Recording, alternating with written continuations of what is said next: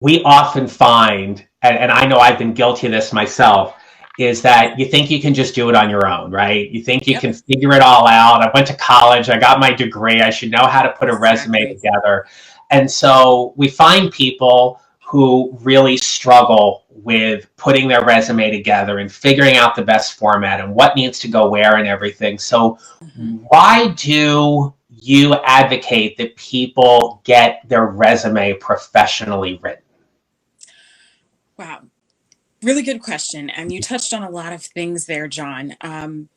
I would say prior to 5 to 10 years ago, you could say, hey, I'm a good writer. I'm going to write my own resume. And it worked because resumes weren't going through computers and people were actually reading and or scanning them.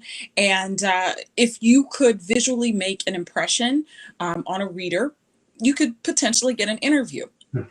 Nowadays, with the technology that is out there and just the sheer number of applicants that these companies have to go through, hundreds and thousands of applicants, um, you really have to stick out in a positive way. And I like what you mentioned earlier about, people saying or really thinking, hey, I'm smart. And we work with a lot of smart people. I'll say about 95% of our clients are people who I'd consider to be really smart. Mm-hmm. But when it comes to a professionally written resume, I like to say that it's part technical writing. So you have to get out your skills on the page. People have to understand what you can do. But it's also part creative writing because it doesn't need to just sound like a compilation of different job descriptions. Sometimes I talk to people and they say, hey, I just copied and pasted my job descriptions that I found into my resume. And so that's not really creative. It's Yep. not going to really help you stand out. And it may or may not technically have those key words for the position that you're applying for, where you want to go in your career, I should say. It just kind of talks about your past.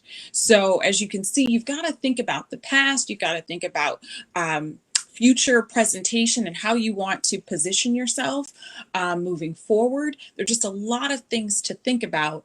And then it's just really hard for most people to write about themselves because they feel like they're bragging or they don't really know the right words to say. They don't know what aspects of their career other people will want to hear about.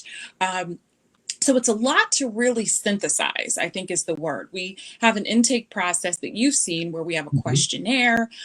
Sometimes I talk with people on the phone, but we synthesize a lot of information about their background to just be able to present what's important in a compelling way.